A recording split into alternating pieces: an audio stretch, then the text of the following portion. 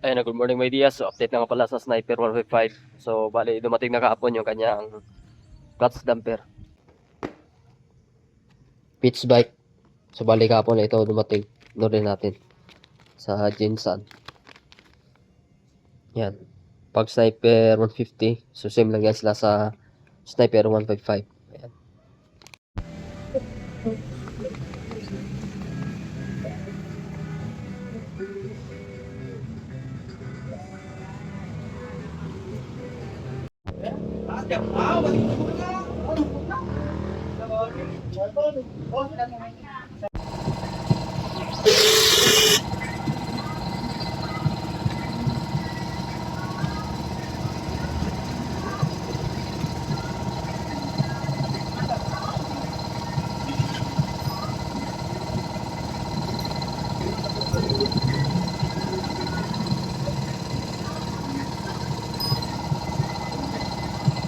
Bali, dito may Diaz, napalitan na natin ang clutch damper.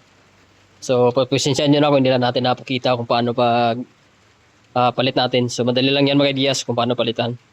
So, bali dito sa kanyang motor, hindi totally na palitan yung ibang parts na merong diferensya. So, ang dahilan mga Diaz, dahil short yung budget at mas maganda sana kung na-overhaul lang ito kasi meron tama konti yung sa kanya connecting rod. Pero yun nga mga Diaz, hindi natin ma-overhaul, ma-short, baka matambay itong motor at wala ring service yung may-ari. Ayan. At mas maganda sana kung in-overhaul na lang siya. So nawala na yung kalampag at meron lang siyang issue na ingay sa part ng kanyang sa connecting rod kasi merong gasgas yung sa kinakabitan ng kanyang pin. Yan, merong tama na rin konti. So kung na-overhaul natin, sigurado matambay itong kanyang motor at ilang buwan pa siguro makuha ito. At maraming sira sa kanyang clutch body, yung clutch damper niya, yung kanyang cylinder block sa gas, at isa rin nag-cause ng ingay, knocking. At yun yung mga pinalitan natin. So mas maganda sana kung in-overhaul na lang siya. So kunin na itong may-ari kasi wala sa mga service. Ayan. Shoutout sa may-ari. Ayan. So sabihan ko lang siya na merong ingay sa part ng kanyang makina. Ayan. Tamang-tama lang yung budget. May kamahalan yung kanyang cylinder block. So ito lang pinat namin. Black na Gibjon. Ayan. May kamahalan yung pitch bike at original. Sa 5K, so kulang. So hindi totally na tahimik yung kanyang makina. Ayan. So yun lang sana yung palitan. Kaso na short.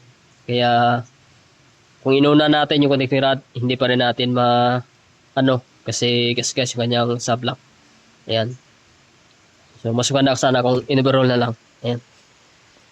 So yun mga Diaz, kapag kayo ay ng motor sa inyong part ng inyong makina, kailangan talaga na sakto sa budget kasi kung short sa budget, hindi totally na maayos ang inyong makina. Ayan. So nagadepende kasi sa budget pag gusto nyo tahimik ang inyong makina. Katulad nito, may katagalan na inyong motor, may mga parts na yan talaga na sunod-sunod yung kanyang sira. May mga part na sa kanyang makina na meron siyang damage. Ayan. Kaya dapat palitan. Ayan.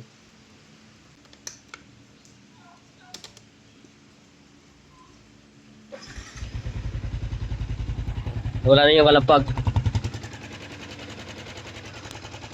Takpan natin yung tabokso.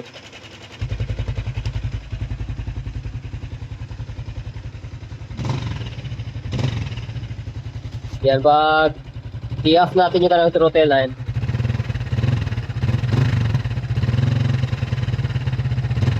Ino na tama konti yung kanyang connector rod. Yan. Mas maganda sana kung pinalitan lang. Yun nga, nakadepende sa budget. Ayan. Hindi tayo makagalaw ng maayos at maka ayos ng makina kung short sa budget. Ayan.